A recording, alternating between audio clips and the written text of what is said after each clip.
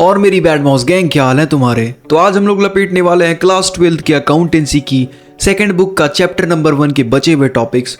इसमें total 9 topics थे, जिसमें से 6 टॉपिक हम लोग ऑलरेडी लपेट चुके हैं और अब बचे हैं 3 टॉपिक। तो इस वीडियो में हम लोग लपेटने वाले हैं over subscription and under subscription, considered other than cash and extract of balance sheet. बस एंड इनके नाम पे मत जाना, बहुत ही मसालेदार और इंटरेस्टिंग टॉपिक्स हैं और बहुत ही छोटे भी हैं। तो बातचीत काफ़ी हो गई, अब स्टार्ट करते हैं। ओके, तो सबसे पहले स्टार्ट करते हैं अंडर सब्सक्रिप्शन से। अब ये सबसे ज़्यादा मक्खन और हलवा टॉपिक है और आई थिंक सबसे छोटा भी है। तो अगर आसान भाषा में समझाऊं तो अगर कंपनी ने इशू किए 100 शेयर्स लेकिन लोगों ने सिर्फ 60 शेयर्स ही अप्लाई किए, यानी कि इशू हुए थे 100 शेयर्स लेकिन सब्सक्राइब सिर्फ 60 शेयर्स ही हुए, तो ये केस हो जाएगा अंडर सब्सक्रिप्शन का। अब इस केस में शेयर इशू ही नहीं होगा, क्योंकि शेयर को इशू करने के लिए एटलीस्ट 90% शेयर सब्सक्राइब होने चाहिए कंपनी एक्ट 2013 के हिसाब से। तो इसका कोई केस ही नहीं बनेगा एंड ऑब्वियसली क्वेश्चंस भी नहीं बनेंगे। ये सिर्फ तुम्हें एमसीक्यू में पूछ सकता है 1 नंबर के लिए, वो भी आइडेंटिफाई करने के लिए कि ये अंडर सब्सक्रिप्शन का केस है या फिर ओवर सब्सक्रिप्शन का। तो बस अंडर सब्सक्रिप्शन का काम यहीं पर खत्म होता है। अरे माहिर, ये तो शुरू होते ही खत्म हो गया। ओके, तो नेक्स्ट है ओवर सब्सक्रिप्शन, यानी कि बिल्कुल इसका उल्टा केस। यहाँ पे इशू हुए थे 100 शेयर्स लेकिन एप्लीकेशन आ गए 150 शेयर्स के, 150 शेयर सब्सक्राइब हो गए, तो ये केस हो जाएगा ओवर सब्सक्रिप्शन का। तो अब इसे मैनेज कैसे करेंगे? गुरु, गुड क्वेश्चन, फिर से। हाँ, गुड क्वेश्चन। तो देखो, जब भी ओवर सब्सक्रिप्शन का केस होता है तो कंपनी के पास 3 रास्ते होते हैं, फुल अलॉटमेंट, प्रोराटा और रिजेक्ट या रिफंड। अब इन सबको बारी बारी से लपेटने से अच्छा है हम लोग एक ही एग्जाम्पल में तीनों को लपेट देते हैं। तो आसान भाषा में समझो, एक क्लासरूम है जिसके अंदर 100 सीट्स हैं। अब इन सीट्स को बेचा जा रहा है, तो यहाँ पे 3 लोग खरीदने के लिए खड़े हैं। एक बंदे ने अप्लाई किया 60 सीट्स के लिए, यानी कि 60। दूसरे बंदे ने अप्लाई किया 50 सीट्स खरीदने के लिए और तीसरे बंदे ने 20 सीट्स खरीदने के लिए। तो जिस बंदे ने 60 सीट्स के लिए अप्लाई किया है उसको उन्होंने पूरे के पूरे 60 सीट्स दे दिए, यानी कि उसने 60 के लिए अप्लाई किया था और उसे 60 मिल भी गए। जितने के लिए अप्लाई किया था वो पूरे मिल गए, सब अलॉट हो गए। तो ये हो गया फुल अलॉटमेंट का केस। उसके बाद दूसरे बंदे ने 50 सीट्स के लिए अप्लाई किया था, बट सीट्स तो सिर्फ 100 हैं। तो अगर पहले वाले ने 60 सीट्स ले ली हैं तो बची कितनी? 40। तो जो दूसरे बंदे ने 50 के लिए अप्लाई किया था, ऐसा नहीं है कि उसे नहीं देंगे, उसे मिलेगा, लेकिन उसे 50 की जगह 40 मिलेगा, यानी कि एडजस्ट करके। तो ये केस हो जाएगा प्रोराटा का।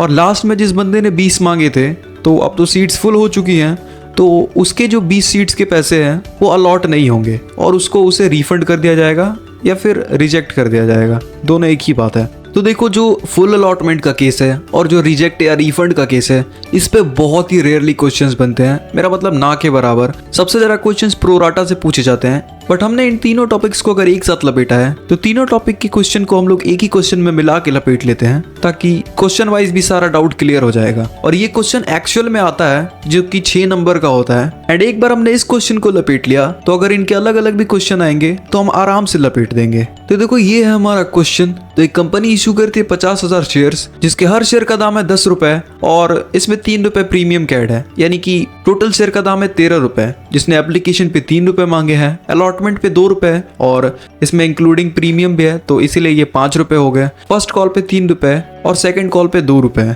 तो अब हम लोग क्वेश्चन को थोड़ा और तोड़ते हैं। तो यहाँ पे लिखा है कि 50,000 शेयर्स इशू हुए थे लेकिन सब्सक्राइब हो गए 60,000 शेयर्स, यानी कि 60,000 शेयर्स के पैसे भी आ गए।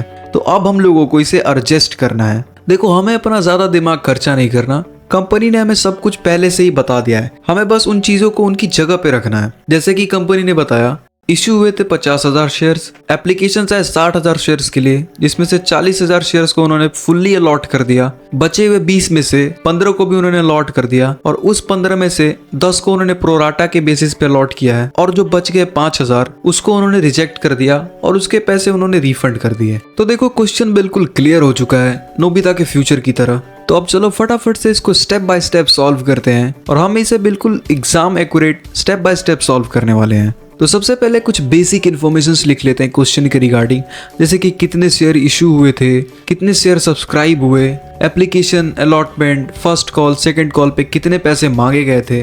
अब ये सब नहीं लिखोगे तो एग्जामिनर्स को डोपामिन नहीं मिल पाएगा। तो फर्स्ट स्टेप कंप्लीट हो चुका है। अब हमारा है सेकंड स्टेप, प्रोराटा टेबल बनाना। ये जितनी भी इन्फॉर्मेशन हमको मिली है क्वेश्चन में, इसको प्रोराटा टेबल में भरना है हमको। तो फटाफट से अपना प्रोराटा टेबल बना लेते हैं। तो ये है हमारा प्रोराटा टेबल, जिसमें कि 6 कॉलम्स हैं। सबसे पहला एप्लीकेशन, जिसमें हम लोग वो शेयर्स लिखेंगे जो एप्लीकेशन पे रिसीव हुए। दूसरा अलॉटमेंट, यानी कि उन शेयर्स में से कितने शेयर्स अलॉट हुए। तीसरा है रिसीव्ड मनी, यानी कि कितना पैसा हम लोगों को रिसीव हुआ है। और चौथा है टू बी रिसीव्ड मनी, यानी कि हमको कितना एक्चुअल में चाहिए था। बिल्कुल आसान भाषा में बताऊं तो रिसीव्ड वाले में वो मनी जो हमें मिल गया, और टू बी रिसीव्ड में वो मनी जो हमें चाहिए था। उसके बाद है बैंक, यहाँ पे उस शेयर का अमाउंट होगा जो हम लोग रिजेक्ट कर देंगे, यानी कि रिफंड कर देंगे। और लास्ट में शेयर अलॉटमेंट, यहाँ पे वो अमाउंट होगा जो हमें एक्स्ट्रा मिल गया है। तो अब हमने समझ लिया कि कौन से कॉलम में क्या होगा, तो चलो फटाफट से इनको भर लेते हैं।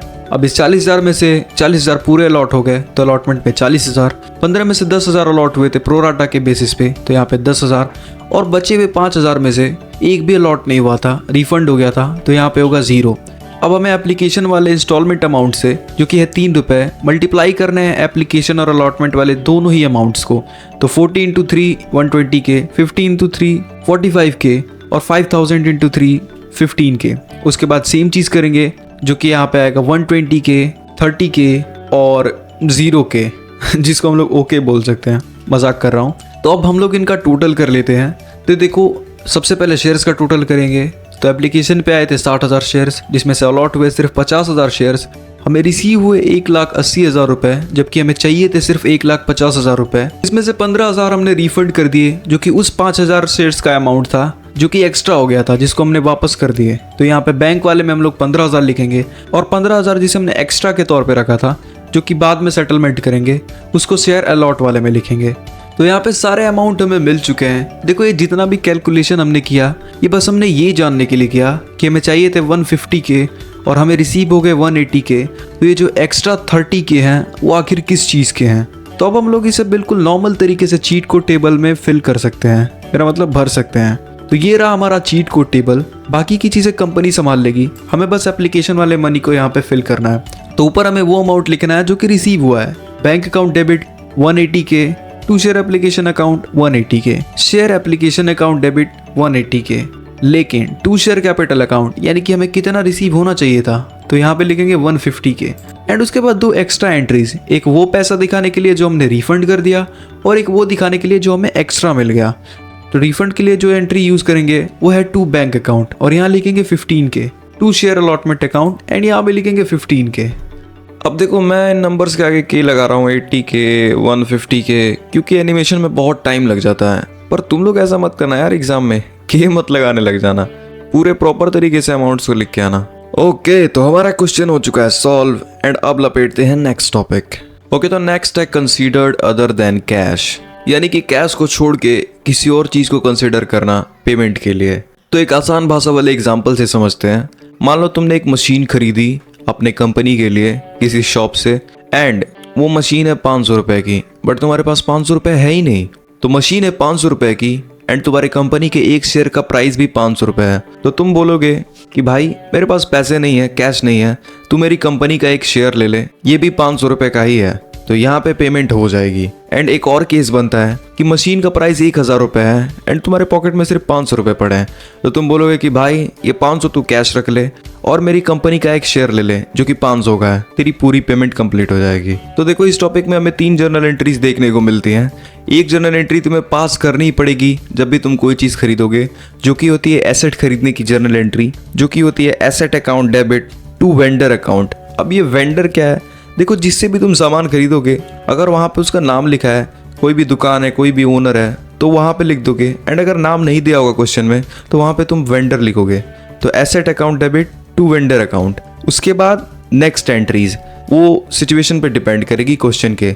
अगर तुमने सिर्फ शेयर से खरीदा है उसको, तो एसेट वाले एंट्री के बाद एंट्री होगी vendor account debit to equity share account. And अगर थोड़ी पेमेंट कैश से की है और थोड़ी पेमेंट शेयर से की है, तो ऊपर वाली एंट्री तो तुम दिखाओगे ही, उसके बाद एक और एंट्री लिखोगे vendor account debit to cash या फिर स्लैश बैंक अकाउंट। तो चलो फटाफट से एक क्वेश्चन सॉल्व कर लेते हैं, जिससे हमारा डाउट बिल्कुल क्लियर हो जाएगा। तो देखो, पुष्पा लिमिटेड एक कंपनी है जिससे हम लोग 25,000 की मशीन खरीद रहे हैं या फिर एसेट खरीद रहे हैं, और उस 25,000 की मशीन के बदले में हम उन्हें कैश नहीं दे रहे हैं, हम दे रहे हैं उन्हें अपने कंपनी का शेयर, जो कि 2,000 है।